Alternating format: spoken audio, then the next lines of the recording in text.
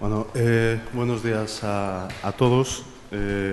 Vamos a iniciar este último encuentro de Emprendiápolis, organizado por la Universidad de Santiago y por Emprendia y financiado por el FECIT, el Fondo Social Europeo y el Instituto de la Mujer. Y en el día de hoy vamos a tratar los procesos de internacionalización para las empresas de base temporal. Y a lo largo de la jornada de mañana vamos a tener en primer lugar una mesa redonda en la cual trataremos sobre todo aspectos más conceptuales del proceso de internacionalización para a continuación presentar una serie de casos de éxito en la última parte de esta jornada. Y para empezar lo que sería la mesa redonda, contamos en primer lugar con don Miguel Ángel Otero Simón. Voy a presentarles al profesor Otero y va a realizar su exposición y a partir de ahí pues, realizaremos una breve ronda de preguntas. El profesor Otero Simón es licenciado en Ciencias Empresariales y máster en Comercio Exterior por la Universidad de Santiago de Compostela y completó su especialización con el posgrado en Development International Business Studies en la Universidad de Carolina del Sur, en los Estados Unidos. Su experiencia profesional se ha desarrollado en empresas de diferentes sectores productivos, como las telecomunicaciones, en Televés, la alimentación, en Donus Panrico, en la banca, en el Banco Urquijo, o bien en ámbitos del turismo, como en la empresa en Globalia. Como consultor ha desarrollado proyectos de expansión internacional para medio centenar de empresas. Actualmente es profesor y compañero de la Universidad de Santiago de Compostela, donde dirige el máster de Dirección y Gestión de Comercio Exterior, que está considerado uno de los mejores másteres en España en la especialidad. Probablemente el segundo, si no me equivoco. Además, es autor de una veintena de publicaciones sobre marketing y estrategias internacionales y, sin otra cuestión, pues le cedo la palabra al profesor. Bueno, yo solamente comentar una cosa sobre la presentación, porque estamos aquí en un entorno de empresas emprendedoras, imagino que la mayor parte de ellas pues, spin-off de la universidad, y decir que también en esa labor de consultor pues, fui también socio fundador de una spin-off de esta universidad, pues, la primera spin-off de la Facultad de Económicas hace ya algunos años, precisamente una empresa especializada en asesoramiento y consultoría en comercio exterior.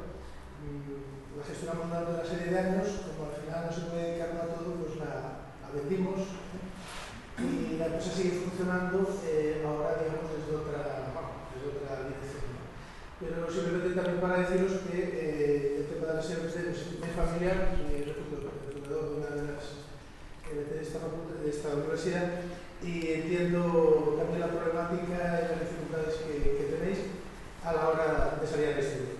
Bueno, mi ámbito de especialización es la internacionalización de empresas y de eso os voy a hablar. No tanto de EBCs, que seguramente os he tenido muchas conferencias y habrá grandes expertos, pero sí lo importante que quiero destacar es el tema de la internacionalización. Voy a hablaros de tres o cuatro cosas respecto a este aspecto. Primero, la importancia que tiene ahora mismo, ¿no? Está en la prensa, pero no viene de más recalcar algunos aspectos.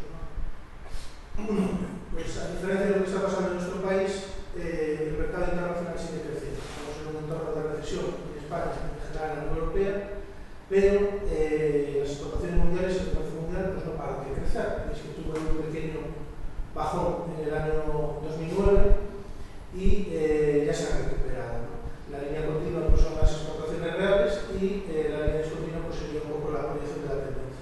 Pues, es una tendencia pues, creciente y por tanto ya hay oportunidades de negocio. Muchos de vosotros pues estaréis en el mundo de las tecnologías, pero a la próxima semana de demanda lo primero que tenemos que ver es cómo crece el mercado. El mercado en el que estamos está creciendo, no está creciendo. El comercio internacional crece cada año de forma constante. Solo en ese año 2009 hubo una bajada, una disminución del comercio mundial y luego ya se ha recuperado. Nos aparece la secuencia de los últimos 10 años, la secuencia más corta, y veis las tasas de crecimiento que son muy importantes y siempre superiores al PIB mundial. ¿Qué quiere eso decir? Que aunque nosotros fuéramos una empresa china, y pongo el ejemplo de China porque es el ejemplo de país en crecimiento, de economía en crecimiento, una economía economía que ha crecido en los últimos años por encima del 10% anual de media, las exportaciones en China crecieron al 35%. Entonces, un empresario chino, si se queda en China, crece al 10% y si exporta, pues crece al 35% en promedio. Por tanto, tenemos que tener claro que a la hora de buscar mercados interesantes, como oportunidades, el comercio internacional, el comercio mundial es la mayor o la mejor oportunidad que nosotros podemos barajar. Ahí nos aparece también un poco el ranking de exportadores de bienes y servicios. Destacar que, a pesar de la imagen negativa que tiene nuestro país en los 2 últimos años, desgraciadamente, pues, hace poco éramos la envidia de la Unión Europea por nuestro crecimiento y demás, ahora más bien somos todo lo contrario, pero la realidad es que somos una potencia industrial muy importante, ¿no? Hemos perdido peso en los últimos 3 o 4 años, pero aún así bueno, pues somos el país número 12 a nivel mundial en volumen de exportación de mercancías y en materia de servicios pues somos la 6ª potencia mundial. En términos de PIB pues seríamos la 8ª. También otro dato importante que es a tener en cuenta a la hora de manejar el entorno. Ahora mismo la economía española está decreciendo, estamos en recesión. Este año pues, va a haber un crecimiento negativo del capital en 2011. Seguramente lo habrá en los intereses de Europa. Los políticos lo matizan, pero la realidad va a ser que el 2013 pues, seguirá igual y seguramente hasta el 2015 no recuperaremos. Si no fuera por las exportaciones, la caída del PIB sería muchísimo más grave. Si en el año 2011 el PIB cayó en torno a 1,7%, si no fuera por las exportaciones españolas, nuestra recesión sería del 5%. Hemos caído un 5% en ese año. En el 2012 volveremos a caer una cantidad todavía mayor, etc. ¿Qué está sucediendo? Las exportaciones son las que están aguantando realmente la economía española y las pocas empresas que están creciendo, que hay algunas, lo están haciendo a través de la exportación. El otro día se daban las cifras de ITES, presentaban sus cuentas anuales, con un crecimiento pues, realmente significativo en este entorno de crisis. Claro, ITES ha crecido un 25% en el último año porque más del 70% de sus ventas son fuera de nuestro país. Y son en mercados, China, en general Asia, donde hay un fuerte crecimiento. Entonces tenemos que tener claro que la exportación pues, va a ser la vía de crecimiento de la economía española en general y de las empresas en particular. ¿Y eso por qué lo quiero recalcar? Porque aquí no estamos en una clase de macroeconomía ni nada de eso, pero sí que es importante porque eso significa que el Estado va a apostar muchísimo por la internacionalización. Seguramente se van a recortar fondos de IMAD, porque no va a haber para todo, pero lo que no se va a recortar son los fondos para la internacionalización, porque está claro que es la vía de crecimiento. Entonces, cualquier empresa que, digamos, une esas dos características, innovación, tecnología y una orientación internacional, pues bueno, va a tener a su disposición fondos y ayudas que de otra manera no tendría. Y por tanto, también eso debemos de tener en cuenta. Sí, interrumpimos todas las veces que nos vale poco. Porque siempre tengo curiosidad con este tema. Un extranjero viniendo a un hotel español, ¿eso se exporta? No. Viniendo a un hotel español. Sí, es una exportación de servicios. Eso es exportar, ¿no? Sí, claro, porque hay que captar esa demanda. Es decir, al final la exportación significa que a través de nuestra estructura empresarial, empresas de bienes o servicios, como en este caso serían los hoteles, nosotros estemos captando demanda extranjera. ¿Y eso qué significa? Que ese extranjero pues, va a traer una serie de recursos que se va a gastar en España, va a incrementar la riqueza de nuestro país, porque el dinero que él ha producido y ahorrado pues, en Alemania, en Inglaterra o en China, donde proceda, al final viene a pagar la economía española y eso genera actividad económica, empleo y renta. Resuelta esta primera que, gracias, porque llevo meses con esta duda. ¿Se puede decir que este sostener la economía española o que no caiga el 5% tiene mucho que ver con el turismo o no? Hombre, el turismo aporta casi el 10% del Producto Interior Bruto de nuestro país. Se ha crecido un poquito, sí. El turismo no ha caído, es decir, porque afortunadamente pues, los países europeos donde captamos más turistas, que son Alemania, Inglaterra, Francia, pues han tenido pues, digamos, un efecto mucho menor la crisis económica.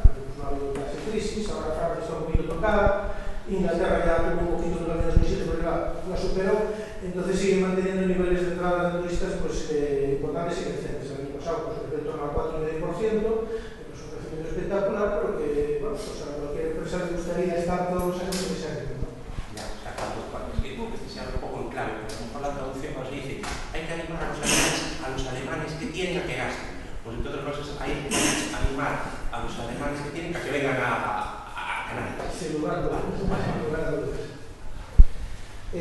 Vamos a comentar también una cosa muy importante, que es el tema de la ventaja competitiva, ¿no? Para que una empresa pues, pueda sobrevivir, pueda crecer, sea viable, pues al final eso se basa en el concepto, digamos, de ventaja competitiva. Bueno, hay una pequeña recapitulación para, digamos, utilizar un lenguaje común, pues si no está claro ese concepto, ¿qué significa una ventaja competitiva? ¿O qué significa la competitividad?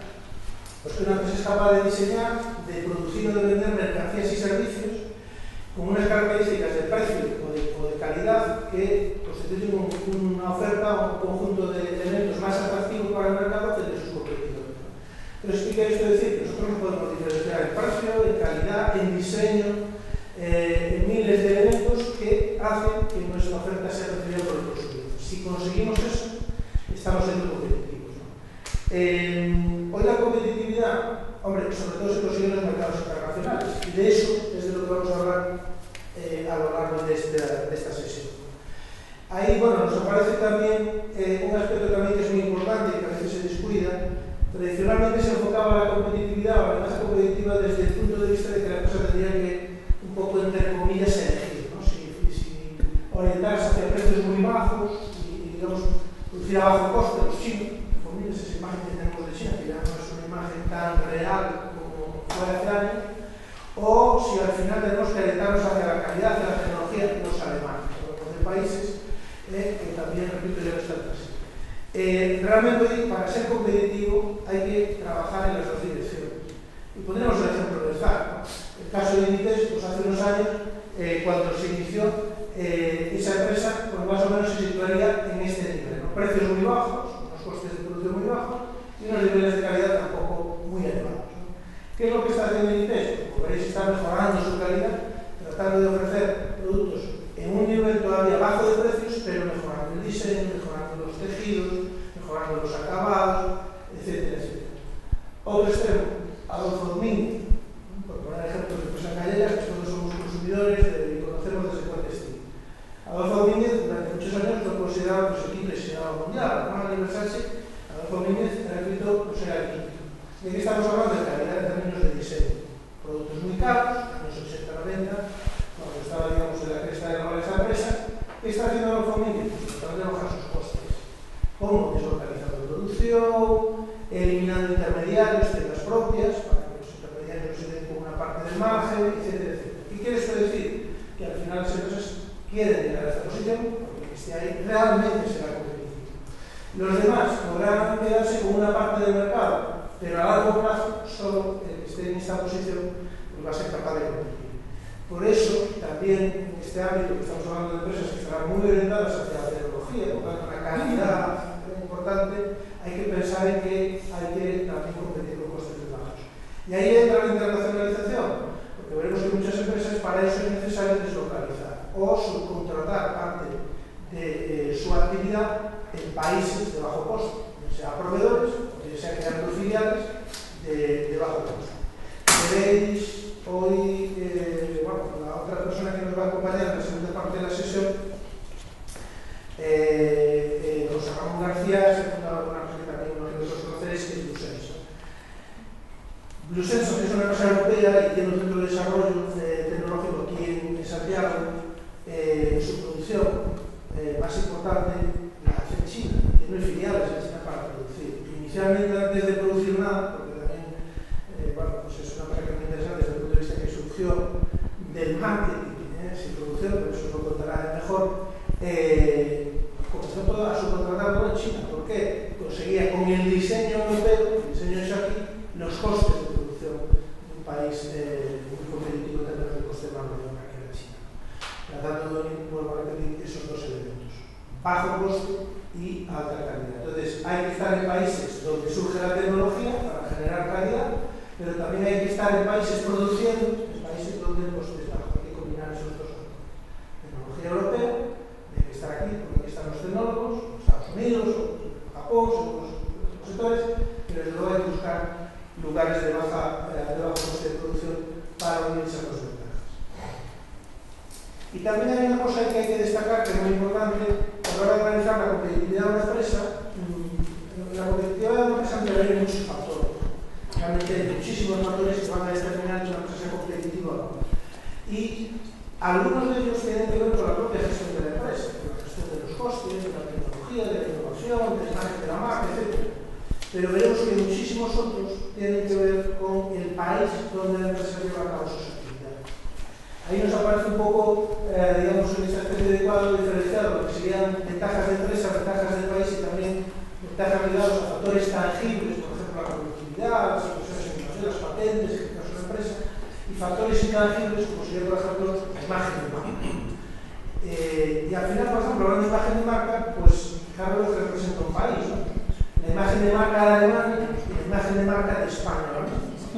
Ayuda a vender, realmente que sí. Y aquí tenemos un ejemplo claro, puesto el ejemplo del cava español, porque sabéis que, bueno, pues tradicionalmente, pues, la imagen de calidad y el país, entre comillas, de los vinos espumosos, pues era Francia, ¿no? Los franceses. Hoy en día, la producción de vinos espumosos es mayor, se valora muchísimo más en España que en propia Francia. Y la empresa que tiene en el mercado no es una empresa francesa, es Freixenet, la empresa que más unidades vende de vinos espumosos, en este caso de cava. Y hoy decir los vinos cavas españoles, o decir vinos blancos españoles, o Rioja, vamos, vino español en general, es hablar de calidad. Y eso abre las puertas a muchos productores, por la imagen favorable que tiene nuestro país. Es decir, hoy un productor de albarino, nosotros también, bueno, pues asesoraba bastantes empresas, conozco bien el sector, hoy un productor de albarino diciendo que produce albarino en Rías Baixas para cualquier país del mundo de la verdad, no hace falta una campaña de publicidad para decir esta marca es no sé qué, el producto es maravilloso, simplemente diciendo albarino en Rías Baixas está, entre comillas, garantizada o valorada la calidad de tu producto. Por eso la imagen de marca es fundamental y eso es un activo que no genera las empresas únicamente. Ahí nos aparece un poco ese proceso de generación de imagen de marca. ¿Cómo surge? Pues primero hay una empresa pionera. Miguel, perdona un momentito. ¿Los micros los tienes los dos conectados? Sí. ¿Puedes apagar el de solapa? Mejor, si vas a hablar por ese. Sí, sí. Porque se oye un poco de eco. Sí, sí. Nada. Gracias. Decía que en el caso del cava, el ejemplo más claro pues sería Freixenet, que fue la empresa que empezó a salir al mercado internacional. No es la más antigua del gremio, pero sí la primera que se internacionalizó. Ya en 1920 estaba presente en ferias internacionales y tenía clientes en el exterior. Detrás de Freixenet pues fueron otras marcas del sector, Codorniu, etcétera, que fueron contribuyendo a generar esa imagen positiva y favorable del cava español. Y a eso se unió el esfuerzo promocional pues, del ICES, de las instituciones, también de otras marcas españolas. Ahora mismo, a pesar de ese cierto pesimismo que tenemos o esa negatividad sobre España, hay que decir que hemos pasado crisis también muy importantes, ya somos un poquito mayores, yo sé que no lo aparento, pero muchos de los que hace bastantes años de eso, pues vivimos la crisis de finales de los 80, principios de los 90. La tasa de desempleo, el 4 y pico por ciento, bajando el 25%, más o menos como ahora. La morosidad bancaria, que en aquel momento estaba en la banca, llegó al 12%, todavía estamos aquí al 8 o 9% en estos momentos, etcétera, etcétera. Es verdad que teníamos la posibilidad de evaluar, y así lo hicimos, la peseta se devaluó un 25% en 2 años, ahora mismo no la tenemos, eso es un poco lo que nos tiene atado, pero bueno, eso, no vamos a entrar en ese debate, si eso es bueno o malo. Lo que sí que es importante es que antes no teníamos las grandes empresas que hay ahora. Es decir, antes Inditex no era la líder mundial del textil. Inditex abrió la primera tienda fuera de España en el año 82. Pues hagáis una idea, en cuanto a esa crisis, Inditex tenía 2 tiendas fuera de nuestro país. Repsol no era tampoco una líder mundial en el sector de los gasolinas y más. Los bancos españoles no habían salido de España y hoy tenemos 2 bancos entre los 10 primeros mundiales. En las empresas de infraestructuras de obra pública tenemos de las 10 primeras empresas mundiales, tenemos 4. Y así podríamos citar un montón de empresas, Telefónica, etcétera, etcétera, que son líderes mundiales en su sector. Es decir, ¿qué quiere esto decir? Que realmente la economía de las españolas somos tremendamente competitivas y aquí hay capacidad de generar negocio. Tenemos otra serie de datos, los cuales no vamos a hablar, que eso sería el tema de otra conferencia, pero efectivamente el tejido empresarial español, la capacidad competitiva de España nunca ha sido tan alta. Por tanto, eso hay que valorarlo. Y eso juega a nuestro favor, es decir, cuando voy a cualquier del país, a Shanghái, hace poco, que no nos conoce mucho. España no tiene, vamos, la imagen de España en China no es así como muy conocida. ¿Qué hago yo? Pues le nombro las empresas españolas líderes. Oiga, estamos en España, al lado de donde está Inditex, donde está Zara. Zara, muy bien. La empresa líder, entonces, realmente ese activo, esa imagen que transmiten nuestras empresas también nos beneficia a todos. Esa imagen de las empresas españolas beneficia a todas las empresas de cualquier sector. Ponemos aquí el ejemplo de Cabo, podemos poner al Marín, cambiar el nombre de las empresas, Codas, Trasgadas, y es la misma situación. Y yo espero que dentro de unos años, en Galicia, además de los sectores tradicionales, también habrá muchos sectores TICs, muchos sectores de alta tecnología. Nosotros en el máster todos los años hacemos, uno de los elementos del máster es hacer proyectos de internacionalización para empresas reales, porque vamos, hay un trabajo que hacen ahí los alumnos con la tutorización de una serie de profesores que son consultores profesionales para empresas que están iniciando su salida internacional. Este año una de las empresas que hicimos pues es una empresa que se llama Bahía Software, que es una empresa especializada en software sanitario, que todavía no ha salido de Galicia, hasta ahora está empezando, dentro de unos años la veremos en varios países, pero a mí me llamó la atención porque era un sector que no conocía demasiado, la cantidad de empresas de software sanitario, no estoy hablando de software en general, software sanitario que hay en Galicia. Hay unas 17 empresas que nosotros hemos identificado con un volumen de facturación y una tasa de crecimiento muy buena, con muy buena situación financiera, algunas ya internacionalizadas con presencia en 6 o 7 países y que se están ganando licitaciones internacionales desde Reino Unido, Canadá, Chile, Brasil, Marruecos, etcétera, etcétera, lo cual nos está dando a entender efectivamente nuestra potencialidad y nuestra capacidad en estos sectores también novedosos, no solo en los sectores, digamos, tradicionales que ponemos ahí el ejemplo de la alimentación y las bebidas. ¿Qué es importante en este caso? Pues que se sepa generar esa imagen de marca, que se haga ver el potencial que tiene ese sector a nivel internacional, ¿no? Que Galicia, pues por ejemplo en software sanitario, pues es una potencia mundial, es una potencia mundial, ¿no? Entonces el que ahora las empresas empiecen a salir, empiecen a reforzar esa imagen, pues va a ser tremendamente beneficioso para todas las empresas y para todo el sector. Aquí os pongo algunos ejemplos de Freixenet, de cómo utiliza esa imagen de España, ¿no? En muchos de los lugares donde está presente, ¿no? Por ejemplo, aquí esto era una campaña que había hecho en Japón con el tema de la película Goya. Sabéis que a los japoneses les gusta muchísimo el arte y allí fue un éxito tremendo la película esta Goya. Bueno, pues ¿quiénes eran los artistas que aparecían en las promociones, en los anuncios de Freixenet? Pues las actrices de la película Goya y tal. En el caso de Alemania, no vamos a poner aquí vídeos que nos llevaría un poquito más de tiempo, pues vemos que los spots publicitarios pues se basan en música flamenco, el sol español, ese atractivo que tiene para los alemanes, que es el primer destino turístico de los alemanes, España, que tiene para ellos ese estilo de vida tan español y cómo eso luego se traslada a la hora de decidir la compra de un producto, ¿no?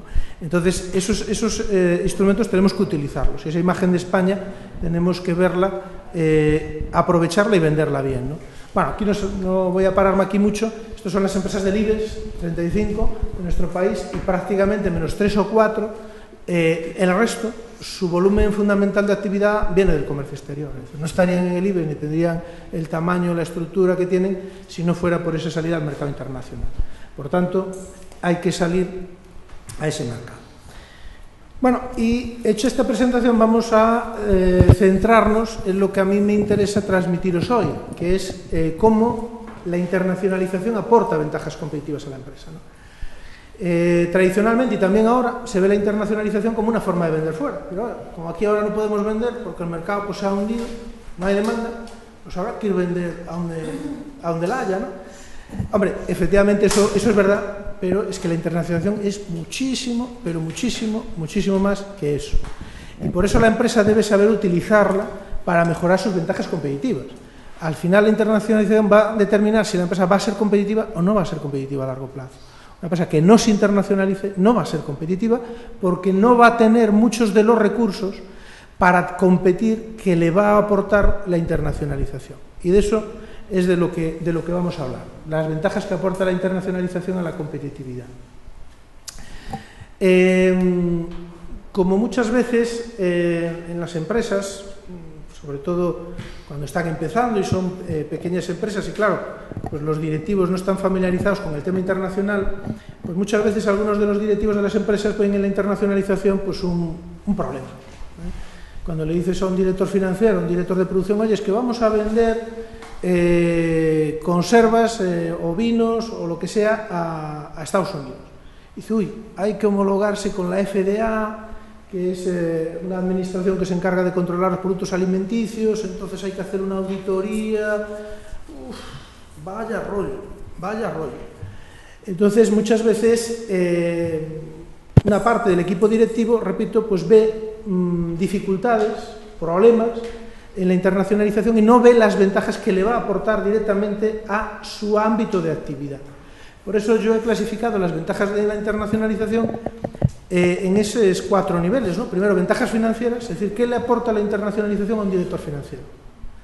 No solamente es complicación de tener que jugar con divisas y asegurar los tipos de cambio y ver cómo asegura el riesgo de un cliente en Perú. Aquí pues va a crédito caución y le dan informe comercial de si se le puede vender o no al cliente. Y en Perú, ¿cómo lo hago, no? Y si tengo que vender en China y no me venden en euros, ¿cómo hago para asegurar la venta en yuanes, no?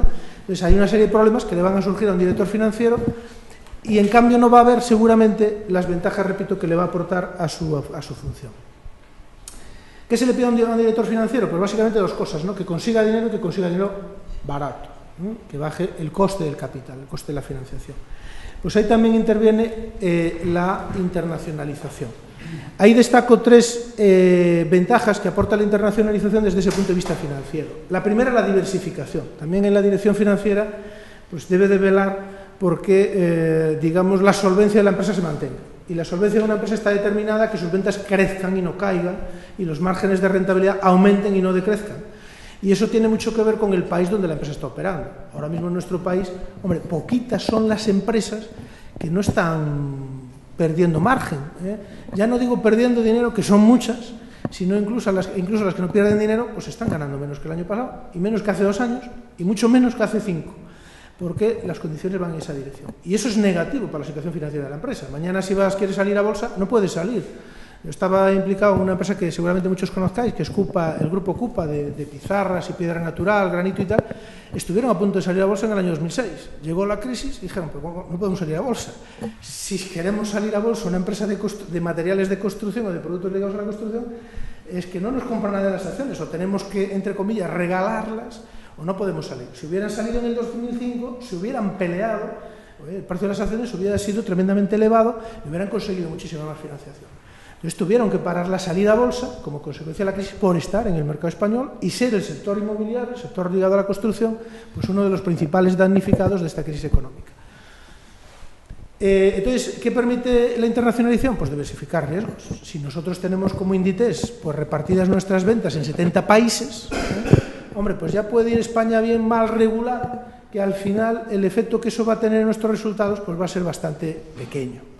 Lo importante es el conjunto. Y si estamos en países emergentes, como Asia, y si estamos en países maduros como en Europa, vamos a compensar la falta de crecimiento de Europa con el crecimiento de Asia, ¿no? Por otra parte, acceso a fuentes de financiación. Hombre, ahora mismo en España es tremendamente dramático. Te cuentan las empresas unas cosas que ponen los pelos de punta, ¿no? Que los bancos se les quedan con las subvenciones, porque dicen, claro, es que yo tenía una póliza de tantos millones, claro, ahora voy a cobrar la subvención del IGAPE y el banco, como no me quiere ampliar la póliza por tanto dinero, me dice, bueno, pues la subvención del IGAPE me la quedo y te renuevo la póliza por la diferencia, ¿no? Con lo cual se están produciendo situaciones, empresas solventes, no estamos hablando de empresas que tengan problemas financieros, sino empresas solventes, pero claro, la banca ahora mismo no tiene dinero para prestar, tiene que devolver dinero que pidió prestado y el crédito está muy complicado. Está complicado en España,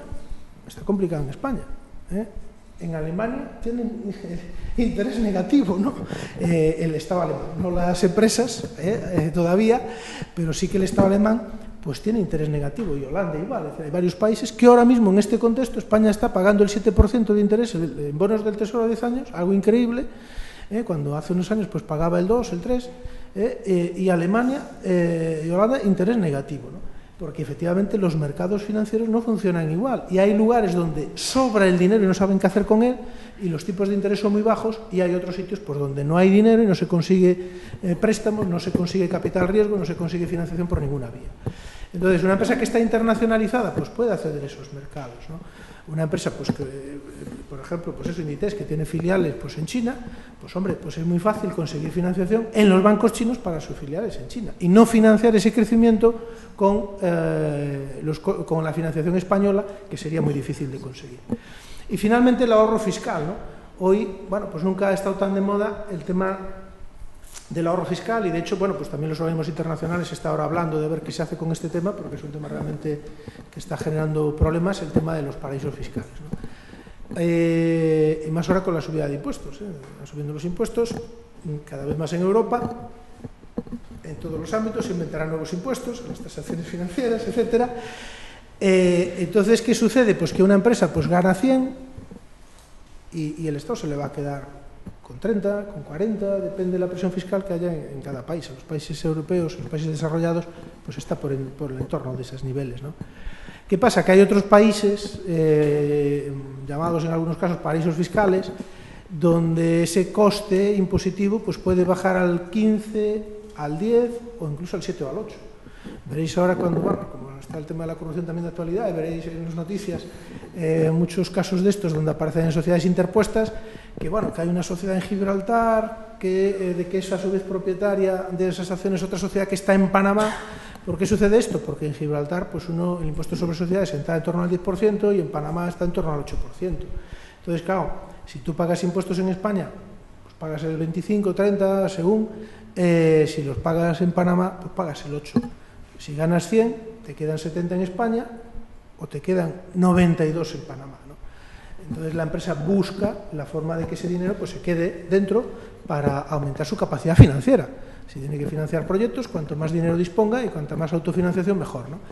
Ahí está un poco pues el funcionamiento de estos paraísos fiscales y de este ahorro fiscal, ¿no? Imaginemos una empresa española que tiene la filial más importante pues en el país, a España, por ejemplo, ¿no? Aquí produce, aquí lleva a cabo todas sus labores de desarrollo, de producto, etcétera. Vende en el país C, imaginemos otro país desarrollado, pues Japón, Canadá, Estados Unidos, Alemania. ¿Qué pasa? Que puede localizar los beneficios en cualquiera de los dos países. Si a mí me cuesta producir un producto, me cuesta 100 en España y lo vendo a 200, por ejemplo, en Japón, ¿qué puedo hacer? Pues mi filial productiva en España vende al precio de coste, vende a 100 a la filial de Japón y el beneficio se queda en Japón. En Japón el producto cuesta 100 y se vende a 200, tributo en Japón. O puedo tributar en España, vendo al precio de venta en Japón, digo, mi filial española le va a vender a mi filial a Japón a 200. La filial japonesa no gana dinero, el beneficio se queda en España y tributa en España. O, ¿qué puedo hacer? Pues utilizar un paraíso fiscal. Creo una empresa en Gibraltar, una empresa comercial, entonces la filial española le vende a la filial o a la empresa en el paraíso fiscal al precio de coste, a 100, y esa filial comercial en el paraíso fiscal le vende a mi filial comercial en Japón al precio de venta, a 200. Y el beneficio se queda en Gibraltar o en otro paraíso fiscal, que en Europa hay bastantes. No hace falta coger el avión en coche y en avión en vuelos muy cortitos, se puede situar en bastantes. Y pues tributa muchísimo menos dinero y ese ahorro tributario, pues naturalmente son fondos propios que la empresa puede manejar para financiar sus proyectos, ¿no?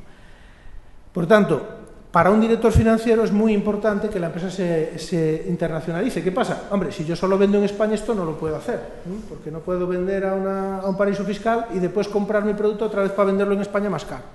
Eso sería un fraude fiscal y Hacienda nos cruje, si os permitís la expresión, ¿no? Ahí eso no se podría hacer. Eso lo puedes hacer si estás internacionalizado y tienes tus ventas dispersas por distintos países, ¿no? En el ámbito de la producción, ¿qué ventajas tiene la internacionalización desde el punto de vista productivo? ¿Cuáles son los objetivos de un director de producción, ¿no? En el ámbito de la producción, ¿cuál es la buena gestión? ¿Dónde se ve la buena gestión de una empresa? Bueno, pues bajar costes, decíamos antes, y sobre todo en un mercado que cada vez es más competitivo, producir más barato y producir un producto mejor. Normalmente eso a través de la mejora tecnológica, ¿no? Bueno, ¿Qué permite la internacionalización? Pues primero, economías de escala. ¿Por qué economías de escala? Porque el tamaño del mercado mundial pues es enorme. Es decir, el mercado español, digamos que es una gotita de agua en un mar inmenso que es el mercado mundial. Si yo solo vendo en España, pues podré alcanzar un determinado tamaño. Decía, pues estas empresas del sector sanitario, la más grande que hay en Galicia, pues es Coremain, tiene 400 trabajadores y es una empresa bastante importante. Pero claro, si esa empresa vendiera en 25 países o en 70 como vende Inditex, pues su tamaño sería multiplicado por más de 70 seguro. ¿Y eso qué significaría? Pues que sus economías de escala, los costes de producción, se reducirían como consecuencia de las economías de escala, ¿no? Y aquí también quiero hacer un pequeño paréntesis, un pequeño ejemplito de algo que me parece que es importante que tengamos en cuenta, ¿no? Muchas veces cuando se calculan los costes de un producto, y eso pasa mucho en la exportación, que a veces para entrar en un mercado pues tienes que, digamos, bajarte los pantalones, permitir la expresión, tienes que vender más barato para captar al cliente, para que el cliente pruebe tu producto. Muchas veces el objetivo es que compre por primera vez para que vea realmente pues la calidad de tu producto, y eso significa pues a veces eso, hacer un esfuerzo para bajar el precio, ¿no? Y muchas veces pues no tenemos claro hasta dónde podemos bajar el precio, ¿no? Porque muchas veces no tenemos claros los costes, a pesar de que hay sistemas de contabilidad, etcétera, etcétera. Yo os voy a poner un ejemplo pequeñito. Vamos a imaginar que tenemos una empresa que se dedica a embotellar agua, Cabreiroa o la que queráis. ¿Qué costes necesitamos para fabricar esta botellita de agua? ¿Qué necesitamos? ¿Qué inversiones y qué costes generarían esas inversiones para producir esta botellita de agua que tengo yo aquí en la mano? Pues tendríamos por una parte que tener un yacimiento de agua, cuyo coste en principio, el agua mientras siga lloviendo aquí en Galicia, no la tendremos que comprar, el agua nos va a salir gratis si tenemos un solar con un yacimiento. ¿Qué tendremos que tener además? Hombre, pues una nave industrial con una planta, una maquinaria de embotellado. ¿Y qué tendremos que tener además? Pues los envases para producir y luego a partir de ahí la venta. Que si vendemos una gran superficie, por ejemplo, pues ni siquiera nos va a hacer falta una red de ventas. Hacemos marca blanca para la gran superficie X, para el Mercadona o lo que sea, y ni siquiera vamos a necesitar una gran red comercial. Bueno, pues de los costes de esta botellita vemos que hay costes fijos, que serían pues la nave industrial y la maquinaria que hemos comprado, y el solar donde está el yacimiento del agua, y costes variables, que sería sobre todo pues el embotellado, los envases, las etiquetas, tal. Vamos a imaginar que tenemos una empresa de esas características, que tenemos que pagar al mes unos costes fijos, pues la hipoteca de la nave industrial, el renting o el leasing de la maquinaria, que tenemos que pagar 100.000 euros al mes al banco por esos costes fijos. Y vamos a imaginar que tenemos de costes variables el envase 1 euro por unidad. Es un envase muy guay, ya os podéis imaginar, pero bueno, si vais al Corte Inglés veréis botellas de agua por de 300 euros la botella, agua muy especial, cada uno cuenta su película, alguna procede del iceberg, de los icebergs, y la botella es muy fashion, diseñada por algún diseñador famoso, pero el caso, repito, vamos a imaginar en este supuesto que nos cuesta la botellita el envase 1 euro, ¿vale? ¿Qué significan las economías de escala? Que como los costes fijos, la nave industrial, la maquinaria, no aumenta el coste, aunque yo aumente la producción, mientras no sature la capacidad de producción de esa maquinaria, vamos a imaginar que mi planta tiene una capacidad para producir 400.000 litros al mes. ¿Qué quiere eso decir? Pues si solo proceso o elaboro 100.000 botellas, tendré 2 euros por litro de coste. Tendré 100.000 de costes fijos, más 100.000 botellas por 1 euro, otros 100.000 de costes variables. 100.000 de costes fijos más 100.000 de costes variables, 200.000 entre 100.000 botellas, 2 euros el litro. Fácil, ¿no? ¿Seguís? Vale. Bueno, a medida que voy aumentando la producción, mis costes unitarios van bajando, porque no tengo que aumentar costes fijos. Lo único que aumenta son los envases que tengo que comprar. Si hago 200.000 botellas, 200.000 envases. Si hago 300.000, 300.000 envases. Así sucesivamente. Bien. Vamos a imaginar que nuestra empresa está vendiendo ahora en España. Está vendiendo 100.000 botellas, podría producir 400.000, pero tal como está el mercado solo es capaz de vender 100.000 y se las están comprando a 2,5 euros la botella. Está ganando dinero, porque como veíamos antes, pues bueno, 100.000 botellas tienen un coste de 2 euros por litro, vendiéndolas a 2,5 euros, pues ganaría medio euro por 100.000 botellas, 50.000 euros. ¿De acuerdo? Matemática muy sencilla, ¿vale? ¿Qué pasaría ahora si vamos al mercado internacional a una feria y resulta que hay un cliente potencial que nos dice, oiga, yo importaría sus botellas para Polonia, o para Brasil, o para donde se os ocurra? Pero, como el mercado, pues la verdad es que es mucho más competitivo, no hay tanta capacidad económica, etcétera, yo solo le puedo pagar por cada botella 1,25 €. Yo os preguntaría, ¿vosotros le venderíais? ¿Ganaríamos dinero, perderíamos dinero? Ganaríamos 25.000 euros más. Sí.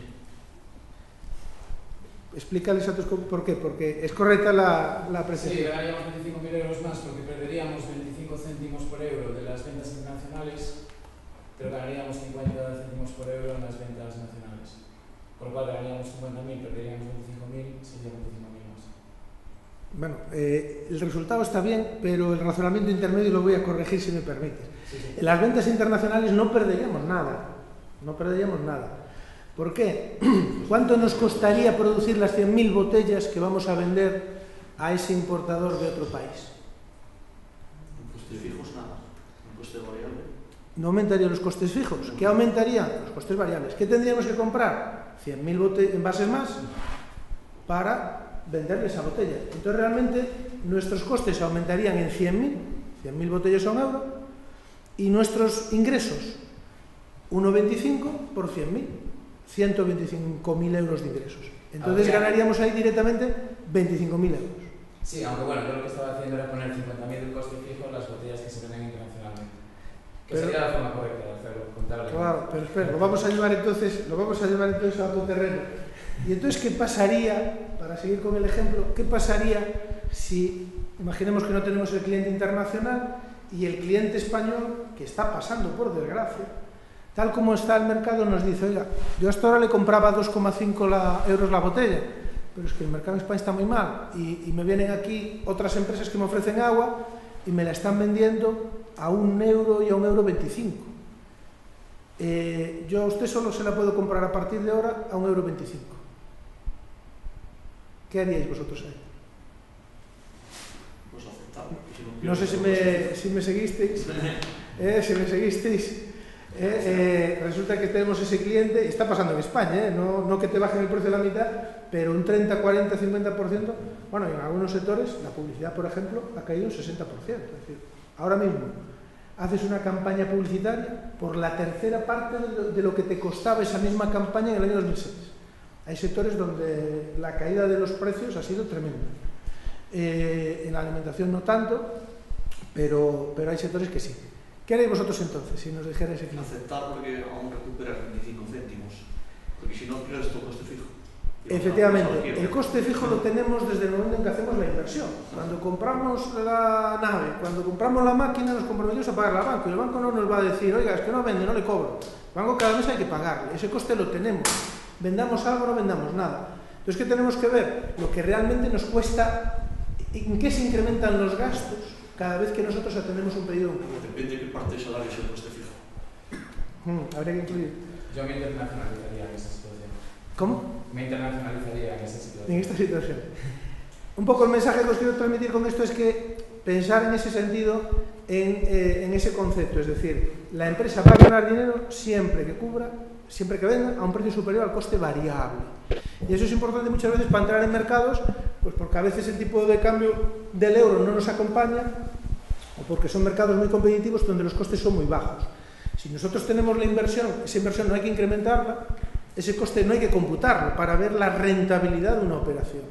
La rentabilidad de esa operación, el ejemplo que poníamos aquí, pues va a depender de que me cubra los costes variables. Todo lo que me genere por encima de los costes variables, del incremento de costes que genera esa operación, es beneficio que yo obtengo. Digo esto porque muchas veces en las empresas, pues el contable, el director financiero, nos va a dar escandallo de costes, nos va a meter todos los costes ahí, fijos variables, y nos va a decir, oiga, es que nos cuesta producir la botella de agua 1,5 €, y usted quiere venderla a 1,25 €, estaríamos perdiendo dinero. Ojo, no es así. Saquemos los costes fijos, veamos cuáles son los costes variables, si cubrimos costes variables, ganamos dinero. Por eso, claro, a medida que vendamos, incluso muchas veces a precios más bajos que en el mercado nacional, porque repito, no todos los mercados permiten cobrar los mismos precios, podemos incrementar nuestros beneficios. Bueno, y también otra de las ventajas de la internacionalización es el tema de las economías de localización. ¿Qué quiere decir esto? Pues que realmente hoy producir un bien y producirlo con calidad hay que buscar el lugar adecuado para hacerlo. Eso es un ejemplo, o representa la cadena de valor de Zara, de cualquiera de las empresas del grupo Inditex. ¿Qué pasa en esa cadena de valor? Pues veréis que hay actividades que se hacen en nuestro país y actividades que se hacen fuera. Hay actividades que se hacen en nuestro país y se van a seguir haciendo en nuestro país porque es un país idóneo, por ejemplo, para el diseño del producto. Si queremos mejorar el diseño con calidad, con moda, ¿dónde podemos conseguir buenos diseñadores? O en España, o en Francia, o en Italia. Si vamos a Francia e Italia, mejoraríamos seguramente a lo mejor la calidad o al menos la imagen del producto, porque podríamos poner diseñado en Francia o diseñado en Alemania, y eso en el sector de la moda vende más que España. España vende, pero Francia o Italia más, pero incrementaríamos mucho los costes, porque efectivamente los costes de los diseñadores son más económicos, son más baratos aquí en España que en Italia o en Francia. En cambio, si hiciéramos las operaciones de cosido en España, perderíamos muchísimo dinero, porque hay países donde se puede hacer con calidad, con la misma calidad ese proceso y con costes mucho más bajos, ¿no? Entonces, ¿qué tenemos que ver? Cada uno de los elementos de esa cadena de valor, ¿dónde debemos situarla? Para conseguir el máximo valor para nuestros productos al menor coste. Habrá cosas que habrá que hacer aquí y habrá cosas que habrá que hacer fuera. Algunas no siempre buscando los costes, Nosotros en esta empresa que os decía de Bahía Software, hicimos ahí el plan de internacionalización, pues figura entrar en el mercado del Reino Unido. No precisamente porque el mercado del Reino Unido se vayan a generar grandes ventas, sino porque es el referente mundial, sobre todo en lo que es salud electrónica. Es decir, pues van por delante de España y del resto de Europa pues 5 años. Entonces, si tú entras en el mercado de Reino Unido y sobre todo entrar con un partner o con alguien que esté allí bien establecido y conozca un poco, entre comillas, bien ¿qué vas a obtener? Pues mejoras tecnológicos. Te vas a enterar mucho antes de lo que está pasando ahí, te vas a anticipar a las tendencias que van a llegar más tarde pues a España o a Italia y mucho más tarde a otros países del mundo. Entonces, ahí que vas, repito, ¿cuál es el objetivo? Pues mejorar la calidad, ¿no? Hay una empresa también aquí que a lo mejor alguno conoce, los que estéis en el sector de las TIC, de Nodo Technologies, una empresa de Coruña, que también le habíamos hecho un proyecto ya hace bastantes años, que también es de ingenieros informáticos, hacen motores de búsqueda y cosas de este tipo para los grandes buscadores.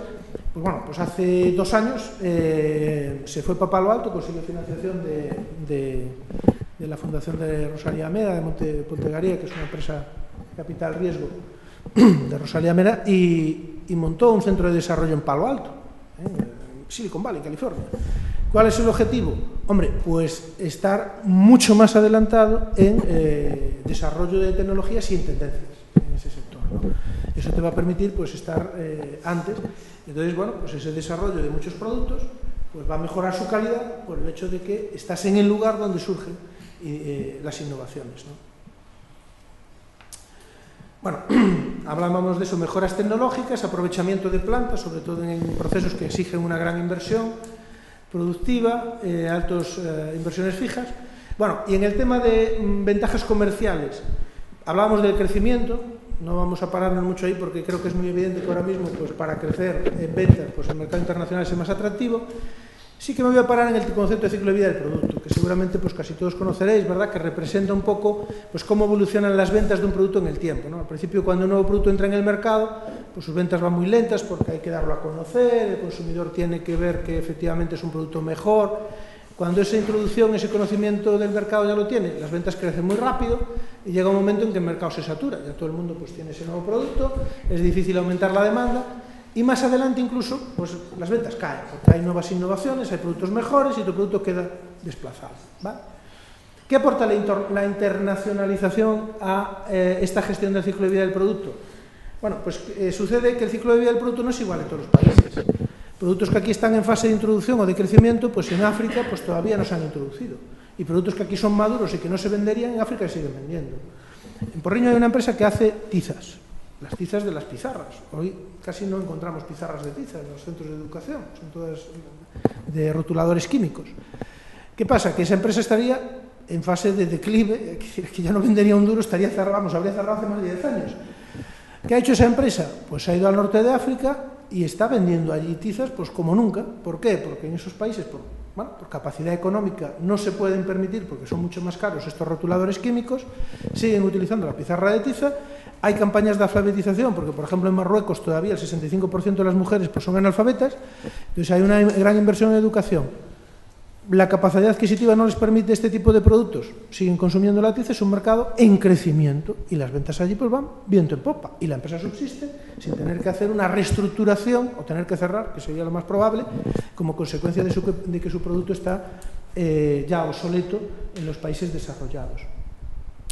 Bueno, aquí nos aparece un ejemplo incluso de las multinacionales, que esto también lo utilizan, no solo las pymes, Fijaros Gillette, que es prácticamente monopolio mundial en productos de afeitado para el hombre.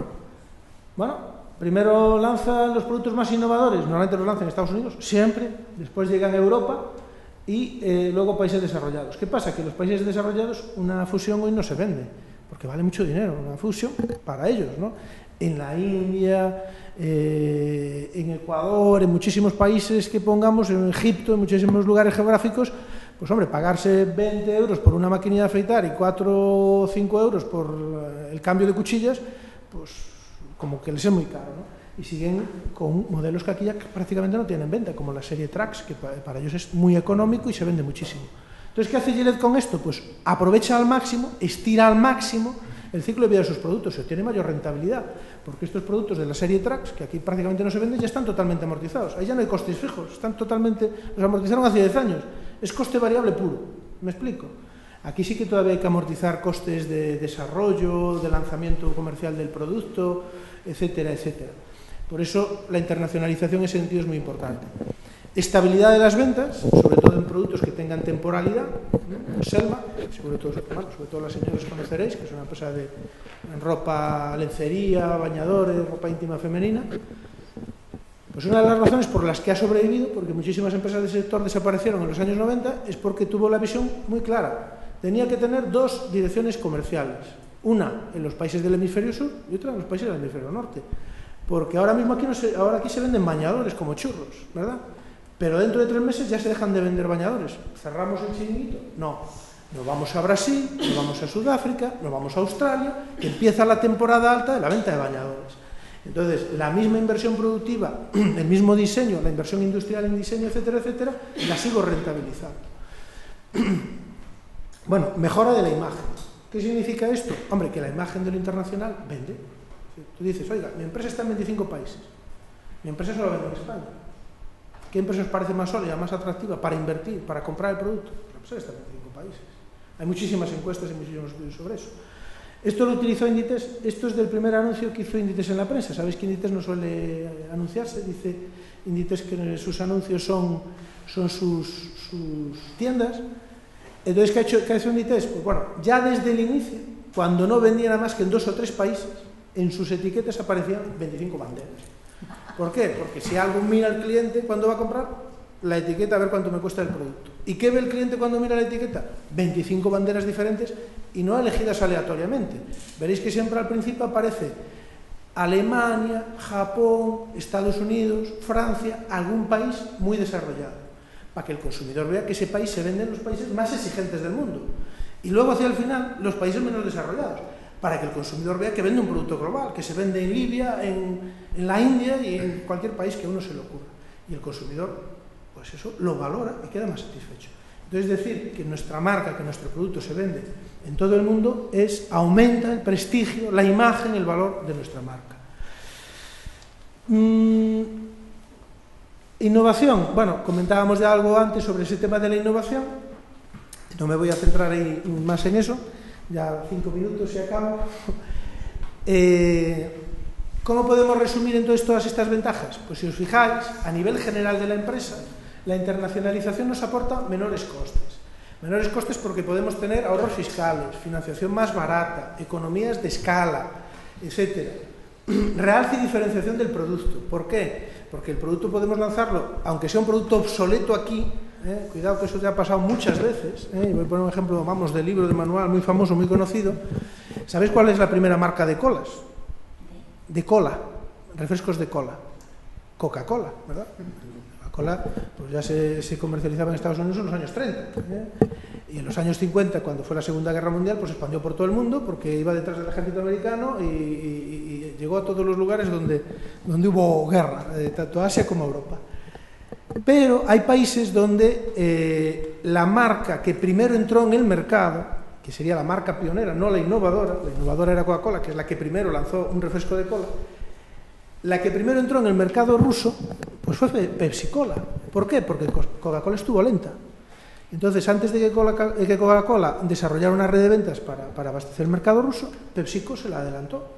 ¿Y eso qué implica? Pues claro, que la imagen que tenemos aquí de Coca-Cola, el refresco de cola por excelencia, el inventor de la cola, en Rusia no la tiene. Tiene la imagen de Pepsi-Cola.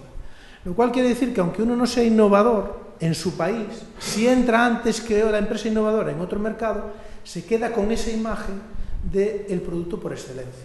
Y eso es muy importante, la imagen de marca de un producto, porque pensemos, productos que tienen asociada la imagen de su categoría de producto, como Coca-Cola en las colas. Podemos poner el ejemplo de una empresa española como Chupa Chups, líder mundial en el sector de la confitería, presencia en 170 países. En todos los países del mundo tú dices Chupa Chups y es como decir Mercedes en los coches. Es decir, es la marca más valorada, la marca de más prestigio en ese segmento de confitería. Entonces, conseguir también llegar antes a muchos mercados nos da esa ventaja de excelencia, de producto innovador, de marca de referencia en ese sector. Por eso también la internacionalización tiene muchísimo ahí que aportar. Experiencia y aprendizaje, ¿qué significa esto? Pues esto significa que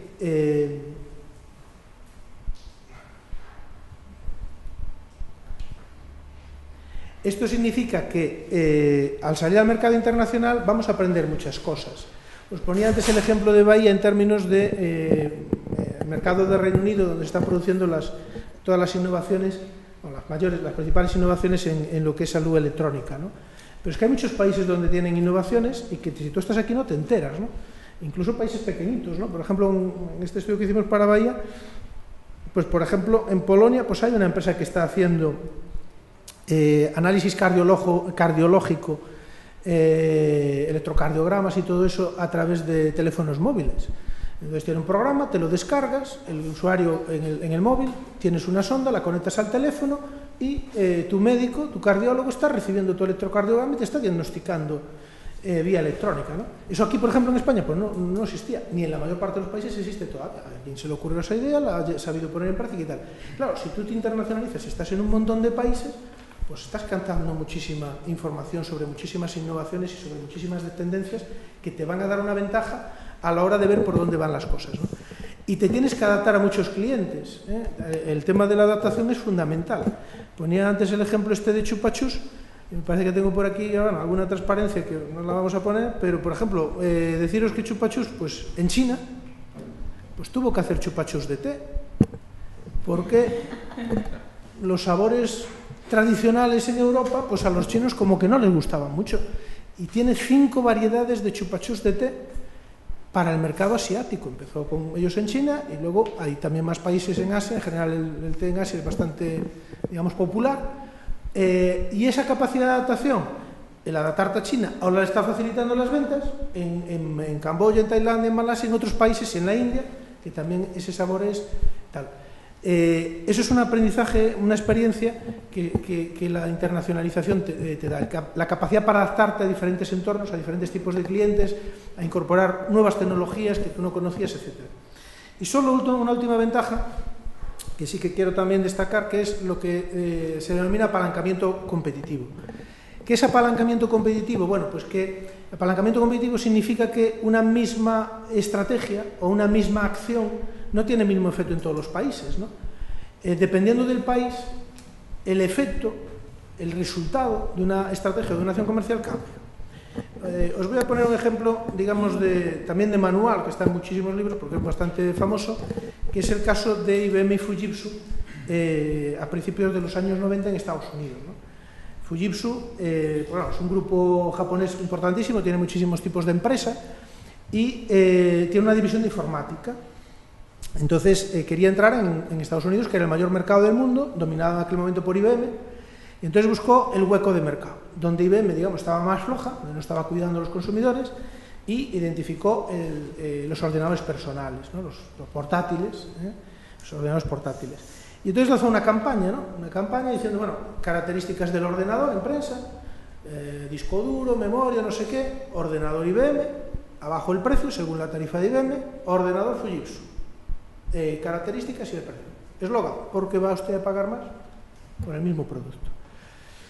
A IBM no le supuso una gran pérdida en las ventas, hay que decirlo, porque en aquel momento la gente era, entre comillas, bastante marquista, y lo de una marca de ordenadores japoneses, pues bueno, comparado con IBM, la imagen de marca de IBM, pero sí que le generaba mala imagen. ¿Por qué mala imagen? Porque cada vez que un consumidor pues iba a comprarse un ordenador IBM, lo acababa comprando, después de preguntarle 25 veces de forma distinta al comprador, al vendedor, por qué tenía que pagar más por aquel ordenador que en teoría pues tenía las mismas características que el de Fujitsu, ¿no? Y también generaba problemas con la red de ventas, porque bueno, pues los distribuidores que no vendían bien sus productos, que no alcanzaban objetivos de venta, pues se excusaban en la campaña que estaba haciendo Fujitsu y tal. ¿Qué hizo IBM? ¿Qué os parece que hizo IBM en esa situación? ¿Qué haríais vosotros si fuerais directivos de IBM? ¿O qué no haríais? También me vale. ¿Qué es lo último que debería hacer IBM? Vamos a poner al revés. Bajar el precio. Si bajamos el precio, le damos la razón al competidor. Los consumidores se van a sentir estafados. Estos tíos nos han estado timando, menos mal que llegó aquí Fujitsu, porque si no, nos siguen cobrando más. Y otra cosa muy importante, el líder en el mercado es el que más pierde en una guerra de precios, por eso no hay guerras de precios. Pero claro, IBM vendía millones de ordenadores, bajar $5 en $1 millón de ordenadores, pues son $5 millones que se van por el desagüe, ¿no? Entonces, ¿pero qué hizo IBM? Bajar los precios, pero no en Estados Unidos. Bajar los precios en Japón y no en los ordenadores portátiles, en los ordenadores grandes. En aquella época los ordenadores, lo que generaba más volumen de negocio en el sector informático eran los ordenadores tipo AS400, no sé si alguno aquí es de la época y lo recuerda, esos macroordenadores que tenían las empresas para gestionar todos sus procesos. ¿Por qué? Porque allí IBM no era la líder, y entonces al bajar el precio perdía menos, y porque allí precisamente Fujitsu era el líder, y entonces le dolía más, le costaba más esa acción de IBM. Eso es apalancamiento competitivo. En Estados Unidos sería totalmente contraproducente y desaconsejado bajar el precio. En Japón hacía mucho más daño, con menos coste para la empresa llevar a cabo esa acción. ¿El resultado cuál fue? Pues si tenéis la curiosidad, pues efectivamente, pues pacto de caballeros, de bueno, déjame el mercado de Japón y yo te dejo tranquilo en Estados Unidos. No nos vamos a pelear, que no merece la pena, ¿no? Sí que os voy a poner un ejemplo español, que no se ha producido exactamente en esas, pero para que lo tengáis presente. ¿Sabéis lo que ha pasado en España en el sector cervecero? Desde que España entró en la Unión Europea, pues casi todas las empresas cerveceras que había en España las han comprado multinacionales. Cruzcampo pues era la líder en su momento, una empresa española, pues ya hace muchos años que no es española, Estrella Damm, Águila Aster, etcétera, etcétera, eran empresas españolas que fueron siendo compradas por multinacionales. ¿Por qué? Porque para una multinacional, lo que decíamos antes de la diversificación que está en todo el mundo, hacerte una guerra de precios en Andalucía, pues es que no le cuesta nada, es el 0,1% de sus ventas. Entonces, como si regala cerveza durante un mes. Es decir, en su volumen de ventas es algo insignificante. En cambio, si tú solo estás en Andalucía, eres Cruzcampo y solo vendes en Andalucía, es que te arruina. Entonces, estrategia de las empresas multinacionales, ¿me vendes tu empresa? Ah, no, que no me la vendes, no pasa nada. Bajada de precios, dentro de 6 meses o dentro de un año, ¿me vendes tu empresa? Mira que ya vale menos, te doy menos por ella. ¿Que no me la vendes? Seguimos así y al año que viene o me la vendes o cierras. Casi todas las empresas han ido vendiendo. ¿Qué haríais vosotros si fuerais Estrella Galicia y vierais esto?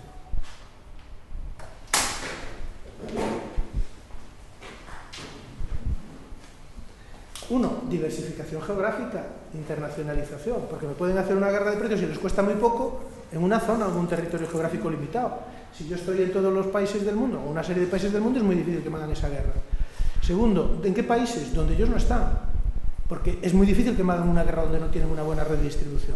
¿Dónde está ahora Estrella Galicia? Fundamentalmente Latinoamérica y Asia, no en Europa. Vende y exporta también a Europa. Digamos, sus planes de expansión van Latinoamérica y Asia, porque ahí las grandes multinacionales europeas no tienen esa presencia y esa fortaleza. Entonces, ¿con quién me tengo que pelear? Con empresas mucho más pequeñitas, pues en Venezuela con La Polar, etcétera, etcétera. Entonces, ahí la diversificación internacional pues es fundamental para mejorar esa competitividad. No, yo ya está, ya está el tiempo, ya acabó.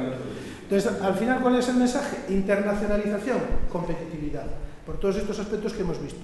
Si no nos internacionalizamos, no es simplemente que perdamos oportunidades de venta cuando el mercado español va mal, es que vamos a perder capacidad para bajar nuestros costes, vamos a perder capacidad para diferenciar nuestros productos, no vamos a tener posibilidades de apalancamiento competitivo. Nuestra marca no va a tener las mismas posibilidades de, digamos, venderse, tener esa imagen de precio de producto internacional. Por tanto, repito, hoy más que nunca, para ser competitivo es fundamental la internacionalización. Y yo solo una cosa quería comentar para darle entrada ya a José Ramón, porque cuando me habló Eva de estas jornadas y me propuso un poco participar en ellas, pues yo le sugerí la presencia de José Ramón por una razón que creo que es muy importante, ¿no? Su empresa, BlueSense, que todos conocéis, es un ejemplo de empresa pues internacional y de desarrollo tecnológico muy rápido, ¿no? Con centros pero sobre todo yo lo que quiero que penséis, él os va a contar la historia, pero para que no pase ese aspecto desapercibido, es que os quedéis con la historia siguiente. Su empresa surge de una orientación al mercado. Yo creo que es justamente lo contrario de la mayor parte de las empresas que surgen como EBTs en las universidades y en otros centros de desarrollo tecnológico. Vosotros conocéis una tecnología, sois capaces de hacer un producto de mucha calidad, muy competitivo, etcétera, y ahora lo vais a vender, ¿no? Y entonces estáis pensando en vuestra tecnología, en lo bueno que es el producto, etcétera, etcétera. Fijaros que hoy en día es más importante conocer el mercado. Y no es que la tecnología no haya que descuidarla, cuidado, que eso es un recurso de un valor importantísimo, pero es importante que combinéis esa visión.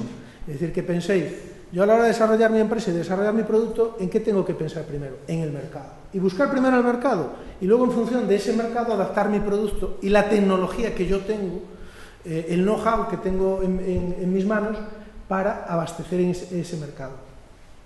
Cuando estábamos con Galisport, en algún momento pues también habíamos digamos, pues, echado alguna mano a alguna empresa, alguna EBT que estaba allí cuando estaban las instalaciones allá en el polígono del Tambre, que éramos, digamos, vecinos en aquel vivero de empresas, y efectivamente eso lo notabas mucho, ¿no? Esa visión del, digamos, del tecnólogo que sabe que tiene una tecnología y está muy convencido de que su producto es bueno, y entonces quiere venderlo como a él le parece que debe venderse, ¿no? Que el producto está muy bien así y tal. Y yo insisto, es muy importante cada vez más, y hoy en día en este contexto tan competitivo, que lo hagamos al revés, que incorporemos la visión del mercado y partiendo de esa visión encajemos nuestra tecnología.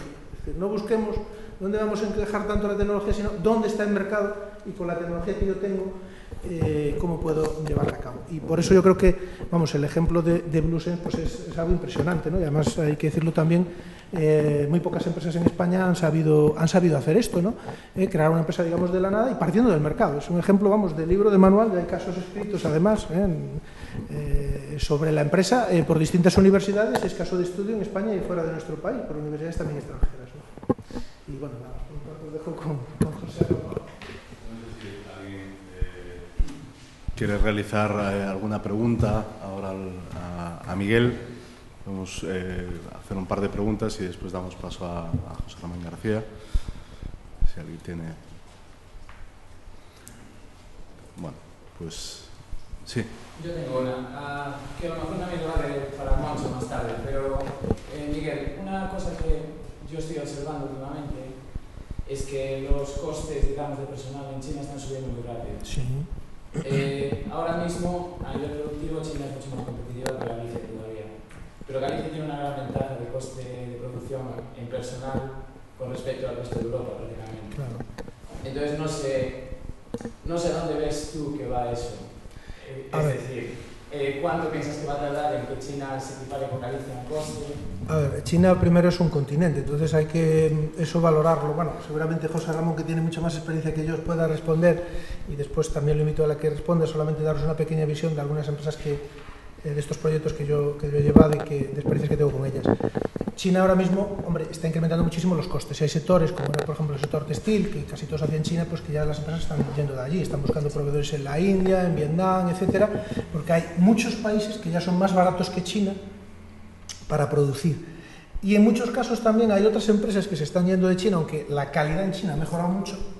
Ya hace unos años, hace 4 o 5 años, habían ido muchas empresas por el tema de la calidad, porque efectivamente también ahora mismo en Europa, si empiezas a sopesar costes de transporte, sobre todo con productos, por ejemplo, en la moda, que son muy perecederos y tienes que dar una respuesta muy rápida, Claro, si el producto viene desde China, pues tarda mucho más en llegar, es más caro por el transporte y demás.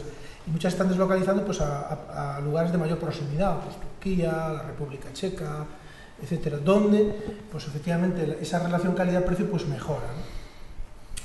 El caso de China es muy importante porque realmente al ser un continente hay muchas posibilidades de buscar allí proveedores, y eso no quiere decir que las empresas vayan a deslocalizarse de China y China ya vaya a dejar de ser una base productiva, sino que muchas empresas, como ya muchos competidores están en China, incluso para ser más competitivas buscan otras segundas localizaciones más baratas. O sea, quiere decir que fijaros cómo está la guerra ya de la deslocalización. Ya China no vale siempre, sino que tienes que ir haciendo toda una búsqueda de proveedores más baratos. Por eso también esa parte de la internacionalización hacia atrás hay que cuidarla mucho, sobre todo si queremos competir en base a los costes. Y luego en el caso de Galicia, Galicia es una plataforma idónea para muchísimos productos. Por ejemplo, como esta que os ponía de ejemplo, Vaya Software, pues en el caso de Reino Unido no somos competitivos con el producto. Pero lo que sí que estamos, claro, en cada país tienes que adaptarte. Hay países donde sí que se va a ir con una implantación directa, una oficina comercial, pero en el caso, por ejemplo, de Reino Unido se está buscando un partner. ¿Para qué? Para que nos subcontrate parte del proceso de producción. En Reino Unido se subcontrata mucha elaboración de software a la India. Pero, ¿qué pasa? Que la India es un productor de software generalizado. Software sanitario, hay que tener bastante conocimiento del sector de la salud y de cómo funciona ese sector para poder desarrollar un programa de software sanitario. Entonces, ¿qué pasa? Claro, que un programador en Reino Unido te cuesta por encima de 40.000 euros. En Galicia te está más o menos por la mitad. Más o menos por la mitad. Incluso, tal como está el mercado, están bajando los precios. Antes era difícil conseguirlos, me decían los de Bahía, ahora ya no es tan difícil, parece que ya empieza a haber. Entonces, claro, tú tienes esa tecnología, puedes elaborar el producto a la mitad de precio que en Reino Unido. ¿Qué te interesa a ti? Pues que ellos, lo que es el análisis de la aplicación, lo que es el contacto con el cliente, el director de producto, jefe de proyecto, pues sea el inglés, que tiene las relaciones, que sabe cómo son allí las tendencias y cómo hay que montar el producto, y que luego a ti eso te lo subcontrate, te haga un outsourcing, porque tú ahí eres competitivo, ahí sí que eres tremendamente competitivo. En cambio, por ejemplo, en Chile o en Brasil lo que están pensando es implantar allí una filial de producción, porque los costes de producción allí son mucho más baratos y, vamos, por la mitad de lo que te cuesta en Galicia, consigues un buen analista y un buen programador allí. No sé si tengo tiempo para hacer una de seguimiento o no. Sí, evidentemente. Vale. Entonces, la segunda pregunta es, ¿cómo evalúas el riesgo de que China empiece a diseñar y a crear tecnologías propias en vez de ser un centro de outsourcing? Porque yo esto lo estoy empezando a ver también. Eso ya lo está haciendo, o sea, eso es una realidad, es decir, es una realidad que está ahí. Lo que hay que jugar es con la diferenciación y ahí las posibilidades son infinitas. Y te voy a poner un ejemplo, los vinos. En España hay más de 5.000 bodegas. 5.000 bodegas. Solo en Galicia hay más de 180 bodegas y cada bodega tiene más de una marca. Es decir, en Galicia hay unas 300 y pico de marcas de vinos y todas compiten y no cierran y se abren bodegas nuevas. Es decir, si vas por la zona de Salnés o por la Ribera Sacra o por Monterrey, cada vez hay más bodegas. ¿Qué pasa? Que cada una, digamos, cuenta, entre comillas, su historia y tiene algo que la diferencia, que hace el vino un poquito diferente. Entonces la vía está, yo creo que jugar con la diferenciación, buscar nichos de mercado, como te decía esto en el software. Galicia no va a competir en software general con la India, nos arrasarían, pero en nichos de mercado, como sería el software sanitario, España está considerado en varios rankings en temas de sanidad, el sexto país del mundo en sanidad.